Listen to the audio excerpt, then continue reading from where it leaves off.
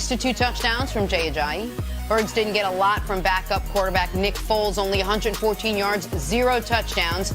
The offense was sputtering so much they had to dust off. A little tweak on the Philly special again. Nick Foles discussed what went into that decision. Honestly, we were both thinking the same thing at the same time. I went over there to talk to him and say this might be a good time, and he pointed to the call sheet, and I was like, that's what I was coming over here for. So it,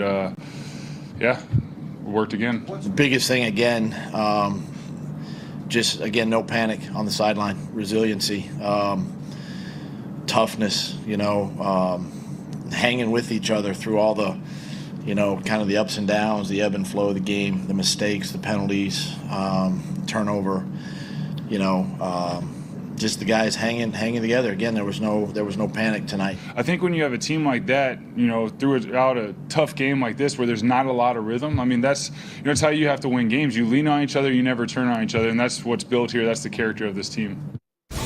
We should mention we found out before the game Carson Wentz could be out several weeks, not just the 1 or 2 I think we originally thought. But, Bart, let me ask you, are you confident in the Eagles and in Nick Foles after what you saw last night? I don't believe you can consistently believe in Nick Foles.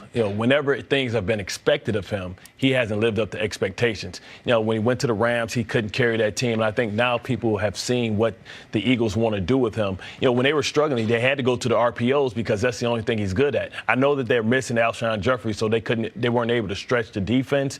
But I just don't believe in what he's capable of do long term. So 7 weeks, they could be in trouble. I saw an offense that was anemic. I saw an offense that really couldn't find a rhythm, but also I saw a quarterback that couldn't really, throw the ball on a rope. He struggled last year with throwing the ball over 10 yards, but then everybody started packing the defense in, and he had some success later in the year. You saw a quarterback that looked like a mediocre backup. Mm-hmm. I mean, that's what he looked like yesterday. And that's what he looked like for the majority of his time up until Case Keenum threw a pick 6 in the NFC Championship game. That stadium erupted, and he was touched by Jesus. Like, from that moment forward, he played 7 quarters of brilliant football, and no one will ever be able to take that away from him. Nope. He's a champion. He's a Super Bowl MVP. Those records he holds as far as back-to-back performances in the 2 biggest games of the year, those will stand the test of his time. Life. And, of anyone's life. Yeah. And he won a Super Bowl against Tom Brady when Brady threw for 500 yards. He gets all that. But that doesn't help you at all next week or the week after, and it sure as hell didn't help him last night. So what's my confidence in Nick Foles? None whatsoever. But what's my confidence in the Eagles? Man, they held Atlanta under 13 points again. In the last 40 games, the Falcons, what are you laughing at, Bart? I listened to you guys earlier and talking about, Matt Ryan and his inability to complete passes. They got listen, I got a nice little Dodge Challenger. Mm-hmm. And it's just like the Falcons' offense is like a Dodge Challenger. Hellcat. Okay. 707 horses.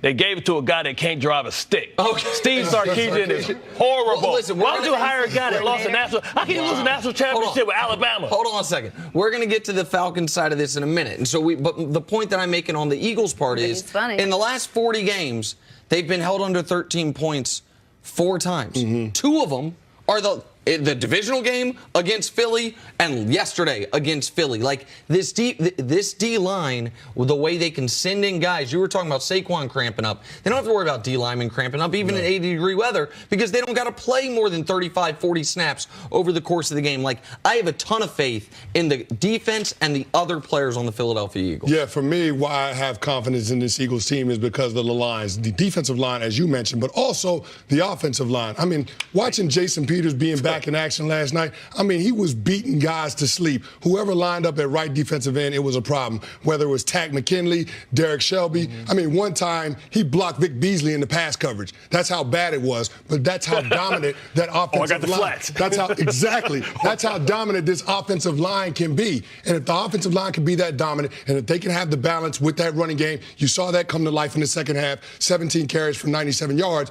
then this Eagles team is going to be really tough to beat. We saw what they can do defensively at their best, but in the second half of that game, I saw an offense when it's at its best, when they have balance, when they can run the ball. The Atlanta Falcons let them off the hook. I mean, that's some of the dumbest play calling I've ever seen in the red zone. When you take your shot, you take it in the high red, because what happens is when you're in the low red, it's no space in the end zone. So defenders are just going to sit on routes.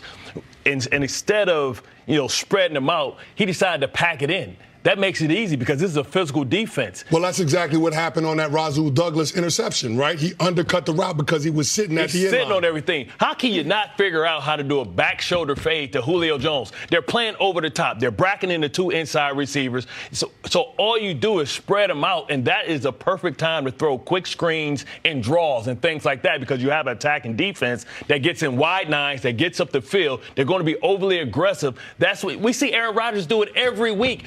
When did he do his screens? He do it in like the 10-yard line, the 15-yard line, because you have a defense that's going to fire off the ball. But instead, he's trying to pack it in. I don't respect, 3 tight ends. What threat can they do? They're going to run an out route?